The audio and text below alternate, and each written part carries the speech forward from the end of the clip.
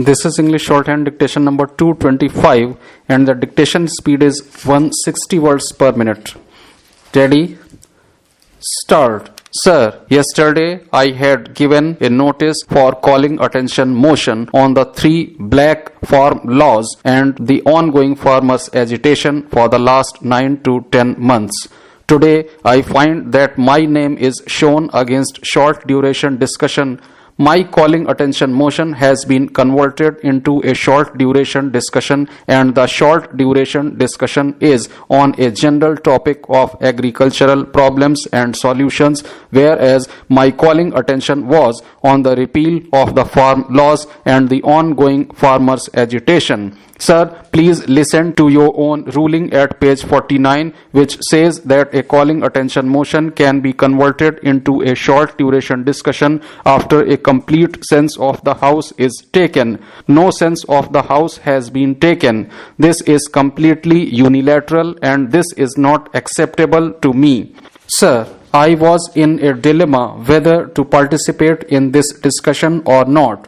Most of the opposition parties have decided not to participate in this discussion. Finally, I thought that if I missed any opportunity in this House to discuss about the problems of farmers, the problems that the farm sector is facing now, then I will do a crime against the farmers of this country. Therefore, my party and myself decided to participate in the discussion to highlight the problems of farmers, to highlight the defects in the farm bills passed recently, to highlight the problems faced by lakhs and crores of farmers now.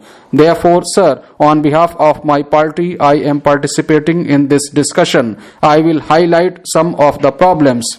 The Honorable Prime Minister always feels that his government is for the development of the poor. He always says that his government is for the development of the poor. The poor people are the farmers, the landless farmers, and the farm laborers of the country. They are the poor people of the country. I wonder why there is so much shouting when this government is committed for their uplift. I am not describing who is responsible. Those who are shouting here have ruled this country for more than 60 years. Sir, agriculture accounts for 60% of rural India. It amounts to 60% of our population. It provides employment to almost 60% of our population. Our agricultural production has increased. We have gone through the first green revolution and the second green revolution. Our agricultural production has increased, but what has not increased is the income of farmers. Farmers have been able to increase their produce, but the government has failed in increasing the income of the farmers. That is the plight the farmers are facing. Sir, this government had made a commitment in 2014. It was an election manifesto of the BJP that after coming to power within 5 or 6 years, they will double the income of the farmers. Sir, you will be astonished to know that as per the Situation Assessment Survey of Agricultural Households conducted by the National Sample Survey Organization in 2013, the average monthly income of farmers was around Rs 6,400 only. A study conducted by the National Bank for Agriculture and Rural Development in 2016-17 says that the income of the farmers has been increased only to Rs 8,900 during the last 5 years.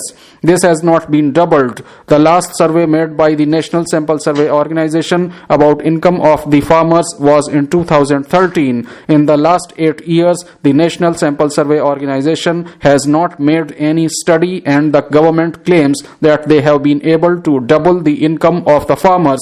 It is a misnomer. It is not the fact. This is not the reality. Sir, in fact, if you adjust the increase against inflation, the farm income remains static or even shows a decline over the last several years. So, it is not a true statement that the farmers' income has been doubled. Most of the farmers in our country are marginal farmers. They are small landholders. Whenever we talk of the farmers, we are just worried about a couple of rich farmers. They are not the representatives of real farmers in the country. I say that the majority of the farmers in this country are small farmers, landless farmers, marginal farmers. They are not the rich farmers. So, whenever we check about the farmers, it is the basic responsibility of the government to first take into consideration the problems of the small farmers and marginal farmers. Sir, we all know that during the last pandemic, income in all sectors has come down. In industry, it has come down. In trade and commerce, it has come down. So is the case in the service sector. It is only in the agricultural sector where the farmers of the country increased the income of the farm sector even during corona times. That is the contribution of the farmers in this country. But they never bothered about the farmers. The government is boasting about PM Kisan Nidhi scheme. One thing I would like to say is that the PM Kisan Nidhi scheme only covers 80 million farmers against the target of 140 million farmers in this country. The amount given to farmers under this scheme is only rupees 6,000 per annum. Sir, we have discussed the report of Swaminathan Commission. Obviously, the recommendations of the Swaminathan Commission did not get implemented in spirit. Can this government say with honesty that it has implemented the Swaminathan Commission report? They are not implementing the Swaminathan Commission report. That has been the demand of our party. The government should implement the Swaminathan Commission report. You have passed the 3 farm bills. You have not said a single line about the implementation of the Swaminathan Commission report. You have not done it. So it is a great injustice to the farmers. On one hand, we are claiming that we have doubled the income of the farmers. On the other hand, the rate of suicide of the farmers has increased. In this regard, I will mention a few data. Sir, the data of National Crime Records Bureau shows that in 2019, more than 42,000 farmers and daily wagers in farm sector committed suicide. It is 6% more than that of the previous year. This is the plight of the farmers in the country. Why are the farmers committing suicide? There are many points to be mentioned about the plight of the farmers of this country, but there is no atmosphere. Finally, I appeal to this government to be considerate towards the farmers. Sir, it just took 4 minutes for the Lok Sabha to pass a bill that sought to repeal the 3 controversial farm legislations which saw farmers mobilize at the Delhi borders for over a year. It is shocking but not surprising that the government refused to heed the opposition's demand for a discussion in the House on the subject that had been debated extensively on different platforms across the nation. This is reminiscent of the manner in which the controversial laws were passed in Parliament in September 2020 without due consideration as demanded by the opposition. This led to deep distrust about the reforms itself in the society, particularly among a section of the farmer community. In fact, the obstinacy of the government was a major reason why it failed to convince the protesters despite 11 rounds of talks and the intervention of the Supreme Court about crucial reforms. The decision to repeal the acts was announced by Prime Minister in a televised address to the nation. But a televised address to the nation is no substitute for a detailed discussion in Parliament since these acts had been passed by the House.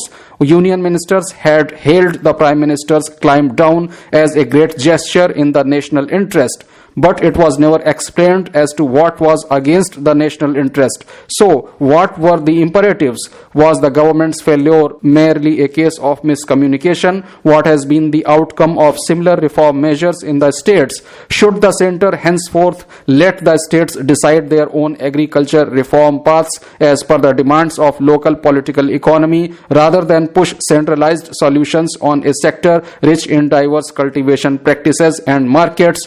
There is also the continuing demand among farmers for making the minimum support price a legal right, which raises several issues. It also seems that even those who had opposed the farm laws agree that Indian agriculture is in a crisis and needs radical solutions. So, what is the way forward? All these issues need vigorous debate in Parliament. By now, the government should know that agriculture is a deeply contested territory and policy making in the sector calls for conversations across fences. In fact, the farming community itself has gone through a period of education and deep introspection about farm practices. Prime Minister is used to calling the Constitution a holy book and Parliament a temple, but his government has been found wanting in living up to the letter and spirit of that holy book, and has frequently used its electoral majority to impose its will on Parliament by suppressing the voice of opposition and ignoring custom and procedure.